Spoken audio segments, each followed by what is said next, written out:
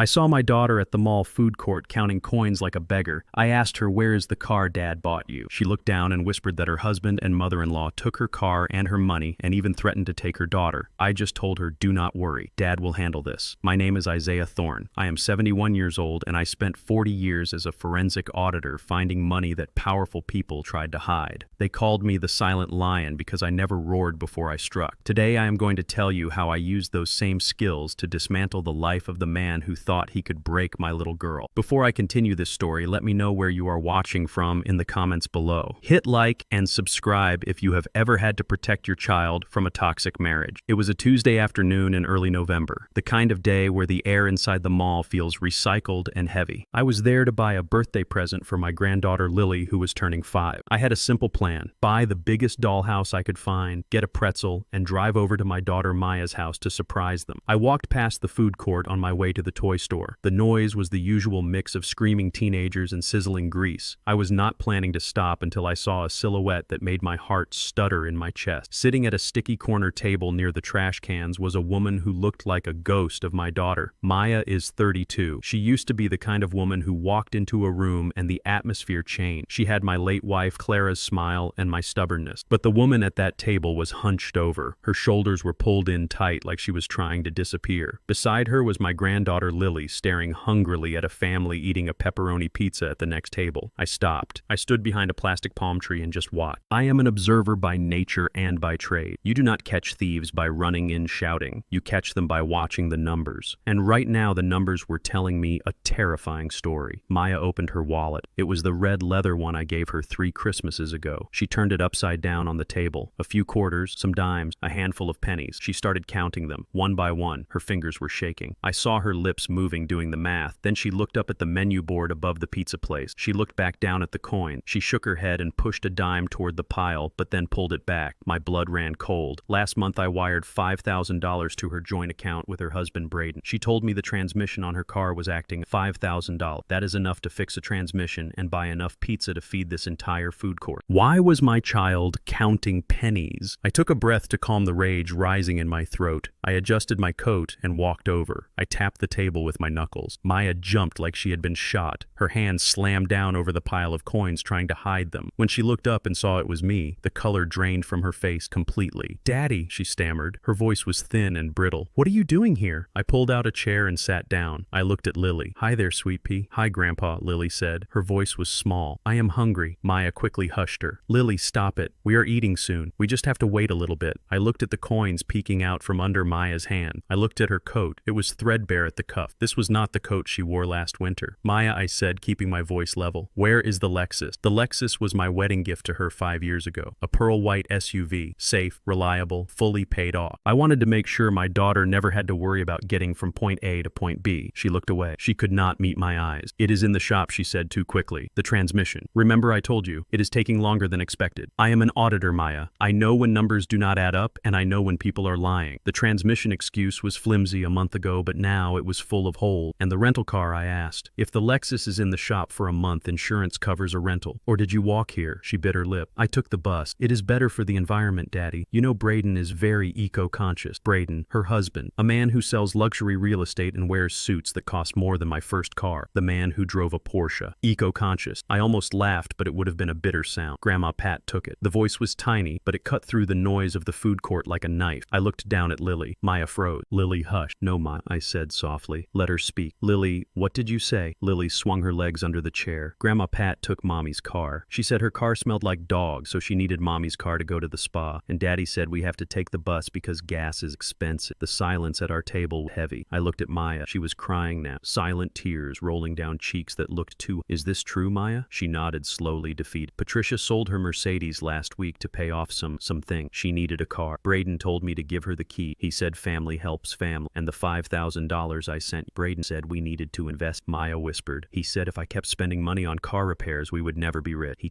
takes everything." She looked around nervously as if Braden might jump out from behind the Sparrow counter. "He checks the receipts," she said, her voice trembling. "If I spend more than $5 on lunch, he gets angry. He says I'm wasting the family fortune." I felt a coldness settle over me. It was a familiar feeling. It was the feeling I used to get when I opened a ledger and found $1 million missing. It was the feeling of focus, the feeling of the hunt. They took her car, they took her money, and now they had her sitting in a mall counting pennies while they drove my car and spent my money. I stood up. "Daddy, please do not be mad," Maya begged, grabbing my sleeve. "Do not say anything to him. He will be so angry. He threatened to take Lily. He said he would tell the judge I am unstable." I looked at her hand on my arm. Her fingernails were bitten down to the quick. "I am not mad," I lied. "I am just hungry." I walked over to the pizza counter. The teenager behind the register looked bored. "Give me 2 large pepperoni pizzas," I said, "and breadsticks, and 3 large sodas." "That will be $42.50, the kid said. I reached into my wallet. I did not pull out cash. I pulled out my American Express black card. The heavy metal card made a distinct clink when I dropped it on the counter. The kid's eyes widened. He had probably never seen one before. I walked back to the table with the receipt. I sat down and took Lily's small hand in mine. "We are going to eat," I said, "and then I am going to drive you home." But the bus passed. Maya started. "Forget the bus," I said. My voice was low, but it had that tone. The tone that used to make CEOs sweat in their boardroom. "You are my daughter. You do not take the bus when your father is in town." We ate in silence. Lily devoured the pizza like she had not had a hot meal in days. Maya ate slowly, looking at her phone every 2 minutes, terrified of a missed call or text. I watched them. I watched the way Maya flinched when a tray dropped nearby. I watched the way she wiped Lily's mouth with a napkin gently but frantically, as if a dirty face was a crime. I was not just watching my daughter. I was watching a crime scene. Braden Sterling, a man I had welcomed into my family, a man I had shaken hands with. He had turned my vibrant, confident girl into this frightened bird. I finished my soda and set the cup down. In my head, the ledger was opening. Credit column, my daughter's love, her patient, the $5,000 cash, the Lexus SUV, the down payment I gave them for their house. Debit column, abuse, theft, humiliation, fear. The books were unbalanced. And if there is one thing Isaiah Thorne does not tolerate, it is unbalanced book. I looked at Maya. She was packing the leftover pizza into her purse, wrapping it in napkins. "Save it for later," she whispered. "Braden does not like us buying dinner." I stood up and put my hand on her shoulder. "Let's go home, Maya," I said. "I want to say hello to my son-in-law." I did not tell her that I was also planning to say goodbye to him. I just did not know exactly how yet. But as we walked out to the parking lot and I helped Lily into the back seat of my sedan, I knew one thing for certain. The man who stole my daughter's car was about to pay a price much higher than the Blue Book value. The drive to the subdivision was quiet, but it was the kind of quiet that screamed. Maya sat in the passenger seat, staring out the window at the passing suburban landscape, while Lily hummed a song in the back seat, oblivious to the tension that made the air inside my sedan feel thick enough to choke on. We pulled into the driveway of the house at 42 Oak Creek Lane. It was a stately colonial with white pillars and a manicured lawn. A beautiful house, a family home. When Maya and Braden bought it 3 years ago, I wrote a check for $80,000 to cover the down payment. I remember handing it to Braden. He had hugged me, then his grip firm, his smile bright, saying he would work day and night to fill this house with joy. Now, as I put the car in park and looked at the structure, I did not see a home. I saw a crime scene where a robbery was in progress. The garage door was open, and what I saw made the hair on the back of my neck stand up. My sedan is not a luxury vehicle, but I keep it clean. I respect my machine. Parked in the center of the double garage, taking up 2 spaces like a king on a throne, was a brand new Porsche 911 Carrera. It was silver and gleaming under the fluorescent lights. The sticker was still visible on the side window. That car cost more than my first house. It screamed arrogance. It screamed new money. But what made my hands tighten into fists was what sat next to it. Shoved off to the side with one wheel up on the concrete lip of the garage was the pearl white Lexus RX 350 I had given Maya on her wedding day. It was filthy. A thick layer of dust coated the hood. Someone had drawn a smiley face in the dirt on the rear window. Through the glass, I could see the interior. The beige leather seats I had specially ordered were buried under fast food wrappers, gym bags, and empty coffee cups. It looked like a dumpster on wheels. This was the car Braden said was in the shop. This was the car my daughter supposedly could not drive because of a transmission issue. The only issue with this car was the disrespect of the people holding the key. We got out. Maya moved quickly, her head down, rushing toward the side door like she was afraid of being seen. I followed at my own pace, my cane tapping a slow rhythmic warning on the concrete. Lily skipped ahead, innocent and happy to be home, but even she stopped at the door waiting for permission to enter. That small hesitation broke my heart. A 5-year-old should not need permission to enter her own home. We walked into the kitchen. It was an open concept layout, modern and expensive. The countertops were quartz, the appliances were stainless steel, but the atmosphere was toxic. The air smelled of expensive perfume and stale aggression. In the adjacent living room, the television was blaring a reality show about rich housewives. Lying on the custom Italian leather sofa was Patricia Sterling, Braden's mother. She was 62 but fought every day to look 40. She was wearing a silk robe that probably cost $500, and she was eating chocolate truffles from a gold box. She did not turn her head when the door opened. She did not look to see if her granddaughter was safe. She just shouted over the back of the couch without shifting her gaze gaze from the screen. "You are late, Maya. I have been waiting for my tea for 20 minutes. My throat is parched." Maya dropped her purse on the counter. "I am sorry, Patricia, the bus was slow, and then we ran into my dad." Patricia finally turned. Her eyes scanned me up and down. She did not see Isaiah Thorne, the man who paid for the roof over her head. She saw an inconvenience, an old black man in a tweed coat who did not belong in her pristine world. Oh, him. "Hello, Isaiah. Please do not track mud on the rug. We just had it professionally cleaned." She turned back to the TV. "Maya Earl Grey. And use the good china. Don't chip it like you did last time." I watched my daughter, my brilliant, capable daughter who graduated with honors from nursing school. She did not argue. She did not defend me. She just took off her coat and immediately went to the kettle. Her movements were automatic like a robot programmed to serve. She was terrified. I stood in the middle of the kitchen leaning on my cane, letting my eyes record everything. There were stacks of unopened mail on the counter marked past due. There were empty wine bottles near the recycling bin. This house was bleeding money. Suddenly the sound of booming laughter came from the home office down the hall. The door swung open and Braden strode out. He was wearing a navy blue suit that was tailored a little too tight a style meant to show off a gym body he did not quite have. He had a Bluetooth earpiece in his ear and he was shouting so loud the whole house shook. "Listen to me, Jerry. I do not care what the market says. I am telling you this is $1 million deal. We flip it, we double our money in 3 months. It is a no-brainer. Just get the papers ready. I am closing this deal whether they like it or not." He hung up the phone with a theatrical tap of his finger and looked up. He saw me standing there. His expression shifted from fake business aggression to a smug, condescending grin. He walked over, extending a hand that felt clammy and weak despite his firm squeeze. "Isaiah, what a surprise. To what do we owe the honor? You did not come to ask for a loan, did you? Because, as you can hear, I am in the middle of closing a massive deal. Cash flow is tight. When you are building an empire, you know how it is." He laughed at his own joke, a loud barking sound that lacked any real humor. I looked at him. I looked at the man who stood at the altar 5 years ago. I remembered that day clearly. The church was full of flowers I had paid for. Braden had tears in his eyes. He had held Maya's hands and vowed to cherish her, to protect her, to treat her like the queen she was. He had looked me in the eye at the reception and said, "Mr. Thorne, I will spend every day of my life making sure she never wants for any." That man was a lie. This man standing before me was the truth. A predator in a polyester blend suit. I gripped my cane tighter, but I kept my face smooth. I put on the mask. The mask of the harmless old retiree. The mask they expected to see. I chuckled a dry, wheezing sound. "No, Braden. No loans today. Just came to see my girl. Heard you were doing big things. That Porsche in the driveway looks fast." Braden puffed out his chest. "Fast is an understatement, Isaiah. That is German engineering at its finest. 0 to 60 in 3 seconds. You have to spend money to make money right. It is all about image. Clients see that car, they know I am a winner." From the kitchen came the sound of a cup clinking against a saucer. Maya was carrying a silver tray to Patricia. Her hands were shaking slightly. "Careful, Maya," Patricia snapped. "Do not spill it. Honestly, Braden, I do not know why we cannot hire a proper maid. This service is excruciatingly slow." Braden rolled his eyes and looked at me as if seeking a conspirator. "Women right, Isaiah. Can't live with them, can't live without them. Anyway, make yourself at home. Just don't touch the home theater system. I have it calibrated perfectly." He turned his back on me and walked to the fridge, grabbing a sparkling water. "Maya, honey, when you are done playing waitress, I need my gray suit dry cleaned for tomorrow. And hurry up with dinner, I am starving. Making millions works up an appetite." I stood there and I felt a cold calm settle over my spirit. It was the same feeling I used to get when I found a discrepancy in a corporate ledger, a missing zero, a duplicated invoice, the small thread that when pulled unravels the whole sweater. They thought I was just an old man occupying space in their living room. They thought my silence was weakness. They thought my daughter was broken, and I was too senile to notice. I watched Maya carefully place the tea on the table for the woman who treated her like a servant. I watched Braden lean against the counter, drinking water he didn't pay for in a house he didn't own, talking about millions he didn't have. I smiled. It was a small, polite smile. "That is quite a car, Braden," I said softly. "Must have cost a fortune to insure." Braden waved his hand dismissively. "Peanuts, Isaiah. When you operate at my level, you do not worry about the small change." Small change. My daughter was counting pennies at the mall an hour ago. I walked over to the sofa and sat down on a chair that looked too fragile to hold. I rested my chin on my hands on top of my cane. "You are right, Braden," I said, my voice raspy and slow. "I am just an old man living on a pension. I do not understand high finance like you do." Patricia snorted from the couch, sipping her tea. "At least he admits it." I closed my eyes for a second, taking a mental snapshot of the room. The expensive TV, the new car keys on the counter, the fear in my daughter's eye, the disdain in my son-in-law's voice. I had seen enough. The audit had begun, and unlike the IRS, I did not offer payment plans for moral bankruptcy. I opened my eyes and looked at Braden. "Actually, son," I said. I was thinking, "since you are doing so well, maybe you could help me with something. I have been thinking about selling my house. It is too big for me now. I have about $500,000 million in equity sitting there doing nothing. I was thinking I might need someone smart to help me invest it. The room went silent. The only sound was the reality show on TV. Braden stopped drinking. Patricia lowered her teacup. They looked at each other. I saw the greed flash in their eyes like a neon sign. It was instantaneous, the predator instinct kicking in. $500,000, Braden asked, his voice suddenly dropping an octave, trying to sound serious and professional. Well, Isaiah, he said, walking over and sitting down across from me, leaning in close. You know family always comes first. I would hate to see you get scammed by some bank. I could definitely take a look at your portfolio. I smiled inside. The trap was set. They thought they were the hunters. They had no idea they had just invited the lion into the den. Dinner was served at 7 o'clock sharp in a dining room that felt more like a courtroom than a place for family. The table was a long slab of polished mahogany that probably cost more than my first car. Braden sat at the head of the table like a king holding court. Patricia sat to his right, acting the part of the queen mother. Maya had set a place for me on the side next to Lily's high chair. It was a clear message. I was not a guest of honor. I was a spectator. Maya brought out the food. She had roasted a chicken with rosemary and garlic and made mashed potatoes from scratch. It smelled like home. It smelled like the Sunday dinners Clara used to make when Maya was little. My daughter looked exhausted. Her apron was stained and there was a smudge of flour on her cheek that she had not noticed. She served Braden first, then Patricia, then Lily. She served me last. When she finally sat down, she did not put any chicken on her own plate, just a small scoop of potatoes and some green beans. I watched Braden dig in. He did not say thank you. He did not look at his wife. He just started eating, talking with his mouth full about some client who was wasting his time. Patricia took a small bite of the chicken. She chewed it slowly, her face twisting slightly as if she was tasting something sour. She put her fork down with a loud clatter against the fine china. Maya dear, she said, her voice dripping with that fake sweetness that makes your teeth ache. This chicken is certainly flavorful. Maya looked up, her eyes wide with anxiety. Is it okay, Patricia? I used the recipe you gave me. Patricia dabbed her mouth with a linen napkin. Oh, the recipe was fine. I think it is just the seasoning. You have such a heavy hand with the spices. It must be a cultural thing. You know how your people love to overcompensate with flavor. It is just a bit aggressive for a refined palate, don't you think? The room went deadly silent. I gripped my fork so hard my knuckles turned the color of ash. Your people. She said it so casually, so effortlessly. It was a microaggression sharp as a razor blade disguised as a dinner critique. Maya looked down at her plate. I am sorry, she whispered. I will make it blander next time. No need to apologize, Braden said, waving a chicken leg in the air. Mom is just sensitive. You know she has sophisticated taste buds. Just scrape the skin off, Mom. It is fine. I took a bite of the chicken. It was perfect. It tasted like love and hard work. But in this house, love was something to be scraped off and discarded. I decided it was time to change the subject. Time to pull the thread I had found in the garage. The chicken is delicious, Maya, I said loud enough to cut through the tension. But you know what would make this dinner better? Knowing my daughter has a safe way to get to work. Braden stopped chewing. He looked at me, his eyes narrow. Patricia sighed loudly, clearly annoyed that the invisible man was speaking. I walked past the garage earlier. I continued keeping my voice calm and befuddled. I saw that fancy Porsche of yours, Braden. Beautiful machine. But I noticed something missing. I did not see Maya's Lexus, the one I bought her for the wedding. I took a sip of water, watching Braden over the rim of the glass. I wanted to see him squirm. I wanted to see the lie form on his lips. Braden wiped his mouth. He did not look guilty. He looked defiant. Oh, that, he said casually. Yeah, I meant to tell you. We sold it. The fork halfway to my mouth stopped. I put it down slowly. You sold it, I repeated. You sold the car that I bought and paid for. The car that is titled in my daughter's name. Technically, Braden said, leaning back in his chair and picking his teeth with a fingernail. Technically, I sold it. Maya signed the power of attorney forms a few months ago for some tax stuff. It gave me the authority to manage our assets. Our assets, I asked. That car was a gift to her, Braden. Not to you. Not to the estate. To her. He laughed. A short, dismissive bark. Isaiah, you are living in the past. In a modern marriage, everything is shared. We are a team. And as the team captain, I have to make hard decisions for the greater good. And what was the greater good here, I asked, fighting the urge to reach across the table and grab him by his silk tie. Crypto, he said, as if that one word explained everything. Bitcoin, Ethereum, the market is exploding, Isaiah. I took the cash from the Lexus and put it all into a new coin that is going to the moon. In 6 months, that Lexus will turn into a Ferrari. You have to think big. I looked at Maya. She was staring at her mashed potatoes, pushing them around with her fork. She knew. She knew the money was not in crypto. She knew it was gone. But she takes the bus, I said. My daughter takes the bus to the hospital where she works 12-hour shift while you drive a Porsche. Braden shrugged. The bus fine. It builds character. Besides, she works 3 miles away. It is practically walking. The Porsche is a business bent. I need it to close deal. Maya just needs to get to work. It is simple economics. Simple economic. He was talking about my child, like she was a liability on a balance sheet. I leaned forward. The old man mask slipped just a fraction. I gave her that car so she would be safe, I said, my voice dropping an octave. I gave her that car so she could come see me. I did not give it to you to gamble on magic internet money. Braden slammed his hand on the table. The silverware jumped. Lily whimpered in her high chair. Watch your tone, Isaiah, Braden snapped. You are a guest in my house. Do not come in here and lecture me about how to manage my finances. You spent your life counting beans for other people. I am building an empire. I know what I am doing. I looked at him. I saw the sweat on his upper lip. I saw the dilation of his pupils. He did not look like an emperor. He looked like a junkie who had just pawned his wife's wedding ring. Maya looked up, tears swimming in her eyes. Daddy, please, she said, her voice trembling. It is okay. Braden said he will buy me a new car when the investment pays off. He promised. She was trying to keep the peace. She was trying to protect him. He promised, I asked, looking at Braden, just like he promised to take care of you. Braden stood up. His face was red. That is enough. I am not going to be insulted at my own dinner table by a man whose net worth I could make in a single weekend. Maya stood up too. Braden, please, he did not mean it. He is just... Sit down, Maya. Patricia's voice cut through the room like a whip. We all looked at her. She had not stopped eating during the entire argument. Now she looked up, her eyes cold and hard, fixing Maya with a stare that would freeze water. Sit down, she repeated. The men are talking business. This does not concern you. But it is my car, Maya said, a spark of defiance finally igniting in her chest. It was my gift. It is family property, Patricia snapped. And Braden is the head of this family. If he decides it is better invested elsewhere, then that is the final word. You should be grateful he is trying to build a future for you instead of whining about a car. Now sit down and finish your dinner. You are upsetting your daughter. Maya looked at me. She looked at Braden. Then she looked at Lily, who was crying silently. The spark died. Her shoulders slumped. She sat down. I am sorry, she whispered to the table. Braden smirked. He looked at me with pure triumph. See, Isaiah, he said, sitting back down. We have it under control. Maya understands her role. He picked up his fork and stabbed a piece of potato. Now let's talk about this house of yours. You said you wanted to sell. I can have the paperwork drawn up by morning. No need to involve realtors and pay commission. I will handle it all for you. Family discount. I looked at the three of them. The arrogant thief, the cruel matriarch, and the broken woman who used to be my little girl. I picked up my glass of water. My hand was steady. That sounds very generous of you, Braden, I said. My voice was calm again. The mask was back in place. But behind the mask, the auditor was working. I had seen the book. I had seen the discrepancies. And now I had seen the management. I took a sip of water. By morning, I said. That sounds fast. Money never sleeps, Isaiah, Braden said, winking. Neither does justice, I thought. I finished my dinner in silence. The food was cold, but my resolve was burning hot. They wanted my house. They wanted my remaining money. They wanted to strip me dry just like they had stripped Maya. They had no idea. They thought they were shearing a sheep. They did not know they were skinning a wolf. After dinner, Maya cleared the table. Patricia moved to the living room to watch more TV. Braden went back to his office to make more fake phone calls. I stayed in the kitchen drying dishes for Maya. Daddy, she whispered when the water was running. You should go. You should not sell the house. Please, just go. I looked at her. I dried a plate carefully. It was a plate I had bought them for their first anniversary. I am not going anywhere, baby girl, I said softly. But Braden, she started. Braden is a very smart man. I said loud enough for the baby monitor on the counter to pick up. I think he can really help me double my retirement money. Maya looked at me confused. She searched my face looking for the senility that Braden claimed I had. I winked at her, a slow, deliberate wink. Trust me, I whispered. Then I walked out of the kitchen, tapping my cane on the floor. I had a lot of work to do tonight. I needed to access their Wi-Fi. I needed to see exactly where that Lexus money went, because I knew for a fact it was not in crypto. I went to the guest room they had assigned me. It was a small room on the ground floor, probably intended for a maid. It had a pull-out couch and a dusty lamp. Perfect, I muttered, closing the door. I sat down on the lumpy mattress and pulled my smartphone out of my sock. I am 71 years old, but I learned to code when computers were the size of a room. Braden's password was probably his own birthday. I cracked his network in 3 minutes, and what I found made the sale of the Lexus look like petty theft. The invisible cruelty was not just about word or microaggression. It was about numbers. And the numbers I was looking at on my small screen told me one thing. Braden Sterling was not investing. He was drowning, and he was using my daughter as his life raft. I lay back on the pillow listening to the sounds of the house. I heard Patricia snoring. I heard Braden shouting at a video game. I heard Maya weeping softly in the room upstairs. Cry tonight, baby girl, I thought, because tomorrow, Daddy starts the foreclosure on their happiness. The night air in the backyard was biting and cold. It was late November, and the wind stripped the last of the dead leaves from the oak trees that lined the property. I buttoned my tweed coat, but the chill I felt had nothing to do with the weather. I had asked Maya to step outside with me under the pretense of looking at the old swing set I had built for Lily 3 years ago. window. It was a sturdy wooden structure made of treated cedar because I wanted it to last until my granddaughter was too old to use it. Now, as we stood there in the shadows of the house, I noticed the swing was broken. One of the chains was snapped, hanging limp and rusted. It was just another thing in this house that Braden had promised to maintain and had instead let rot. Maya stood hugging herself, rubbing her arms as if trying to hold her shattering pieces together. The light from the kitchen window cast a long yellow rectangle on the lawn. Inside, we could see the silhouettes of Braden and Patricia moving around. They were probably opening another bottle of wine, celebrating the imminent windfall they expected from selling my house. I looked at my daughter. In the moonlight, she looked so young and yet so incredibly old. The spark was gone from her eyes, replaced by a dull, terrified exhaustion. "Tell me everything, Maya," I said. My voice was low, barely a whisper over the wind. "And do not lie to me to protect him. I need to know the numbers. I cannot fix what I cannot measure." Maya let out a sob that she had been holding back for months. It started as a small whimper, and then her knees gave way. I caught her. I held her up just like I did when she was learning to walk. She buried her face in my chest, and the dam broke. "Daddy, it is all gone," she cried into my coat. "Every cent. The savings account you set up for us. The emergency fund. The college fund for Lily. It is all zero." I felt my heart skip a beat. I stroked her hair, trying to keep my breathing steady. "How much, Maya?" She pulled back, wiping her eyes with her sleeve. "Over $200,000, including the credit cards. He opened cards in my name, Dad. He said it was for his business expenses and that he would pay them off before the interest hit. But he never did. The collectors call my phone 10 times a day. I have to block unknown numbers just to get through a shift at the hospital." I closed my eyes. Identity theft, credit card fraud, and he had done it to his own wife. "Why didn't you tell me sooner?" I asked gently. "Why did you let it get this far?" She looked at the house, her eyes wide with fear. "Because I was ashamed, and because he said it was normal. He said all great businessmen leverage debt. He said I was being small-minded. He made me feel like I was the one holding us back from being rich. He is so good with words, Daddy. He twists everything until I don't know what is up and what is down. Gaslighting." I knew the term. I had seen con men use it on investors for 40 years.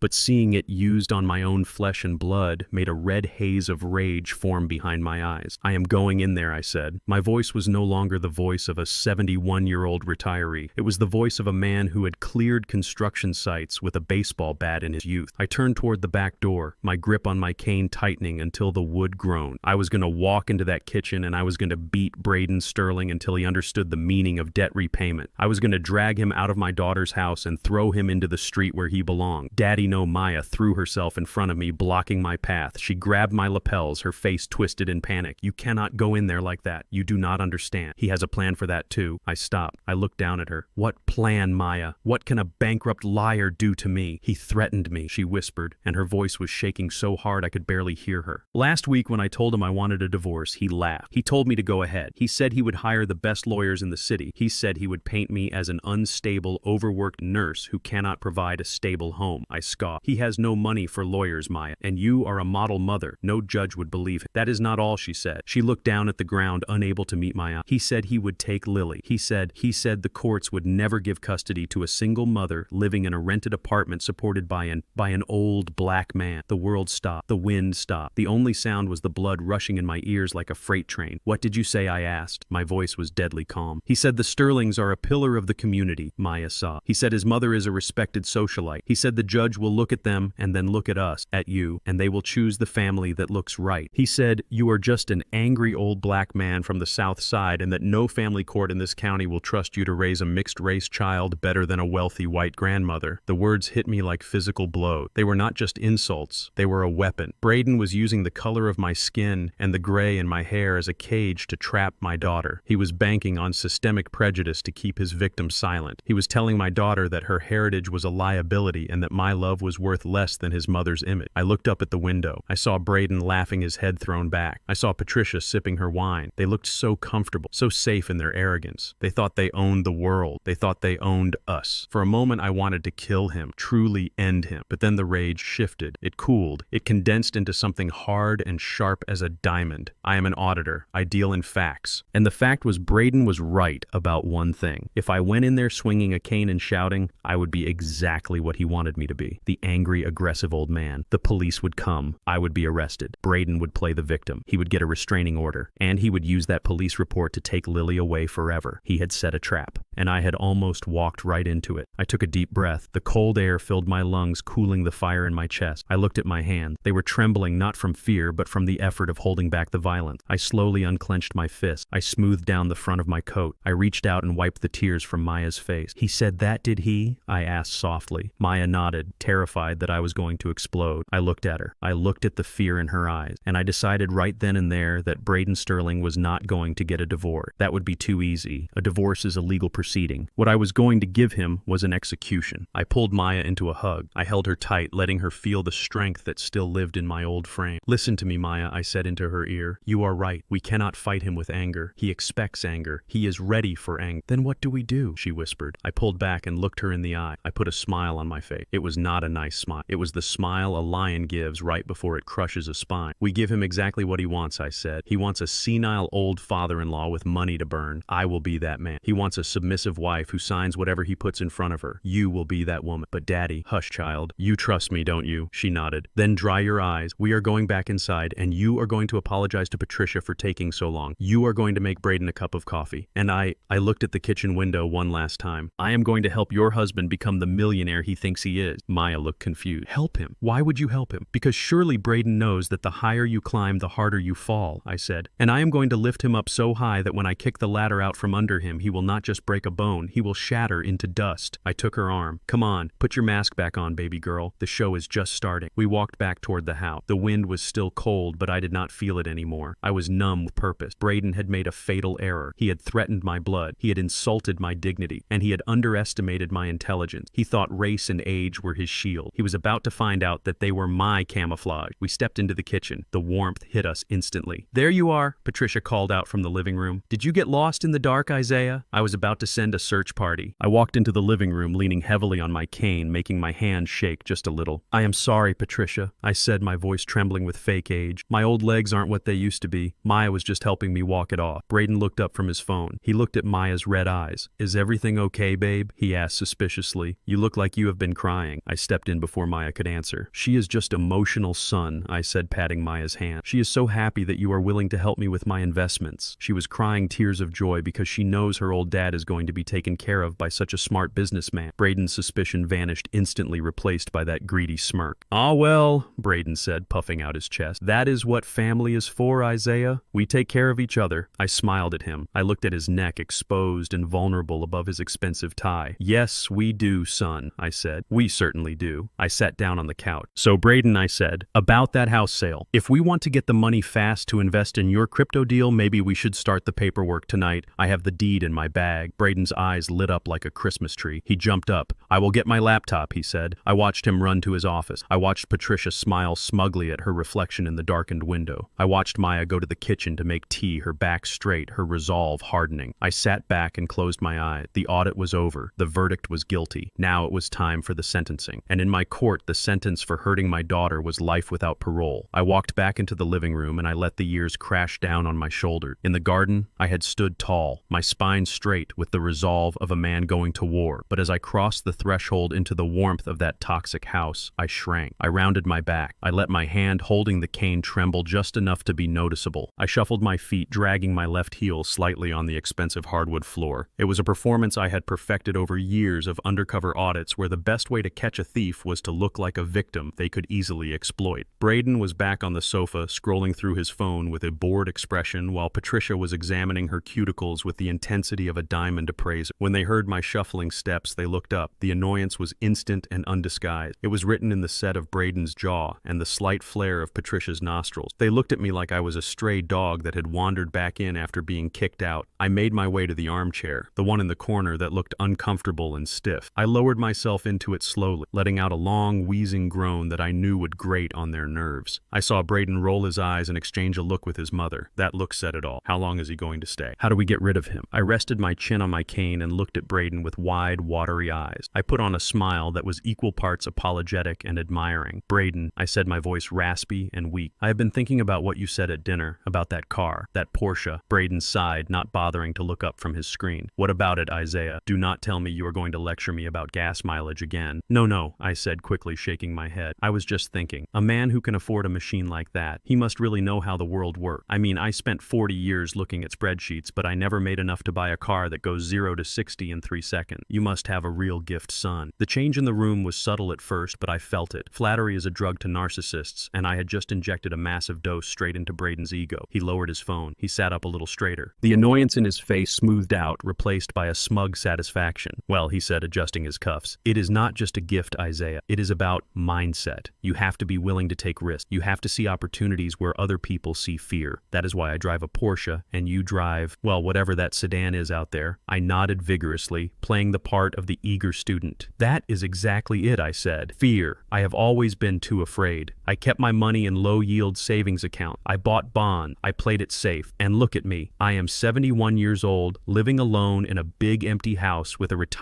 fund that barely keeps up with inflation. I paused, letting the silence hang in the air for a moment. I looked at the floor as if ashamed of my financial mediocrity. Maya and I were talking outside, I continued, and I realized something. I am tired, Braden. I am tired of maintaining that big house. The roof needs work. The lawn is too much for my old knees. I think it is time I simplify my life. Patricia finally looked away from her nail. Her ears had pricked up at the mention of the house. What do you mean, simplify? She asked, her voice sharp and probing. I looked at her, then back to Braden. I think I want to sell it, I said. I want to sell the house and move into Shady Pine. You know that assisted living place downtown? It is small, but they have nurses, and I will not have to worry about mowing the lawn anymore. The room went deadly quiet. I could practically hear the gears turning in Braden's head. He was doing the math. Sell the house, he repeated slowly. But Isaiah, the market is soft right now. You might not get what you think it is worth. Oh, I know, I said, waving a hand dismissively. I am not looking to get rich. I just want enough to pay for the nursing home. I had an appraisal done last week, actually, just for curiosity. I stopped. I reached into my pocket and pulled out a handkerchief, wiping my forehead. I let them wait. I let the anticipation build, and Braden asked, leaning forward, his elbows on his knees. What did they say? They said in the current condition I could probably get $500,000 for it, I said. Maybe $550 if I fix the roof. $500,000. The number hung in the air like a shimmering mirage. I saw Braden's pupils dilate. I saw Patricia sit up straight on the sofa, her silk robe slipping off her shoulder. $500,000 was not just money to them. It was a lifeline. It was the solution to their gambling debts, their credit card bills, and their desperate need to maintain this facade of wealth. I saw them exchange a look. This time it was not a look of annoyance. It was a look of predatory excitement. It was the look wolves give each other when a wounded deer stumbles into the clearing. $500,000, Braden said, trying to keep his voice casual but failing miserably. That is a decent chunk of change, Isaiah, but if you put that in a bank, it will just rot. Inflation will eat it alive. That is what I am worried about, I said, looking helpless. I do not know what to do with it, Braden. I am just an old man. If I put it in the bank, I will probably just spend it on medicine. I was hoping maybe you could help me, Braden asked, pointing to himself. Yes, I said. You are the financial genius in the family. You are the one making millions in crypto. I was thinking, if I sell the house, maybe I could give the money to you. You could invest it for me. Maybe put it in that Bitcoin thing you were talking about. I would trust you more than some stranger at the bank. The trap was sprung. The bait was taken. Braden stood up. He walked over to my chair and put a hand on my shoulder. His grip was firm, now friendly. It was the handshake of a con man closing a deal. Dad, he said, using the word for the first time since the wedding. I am touched. Really. That shows a lot of foresight. Most people your age just hoard their cash, but you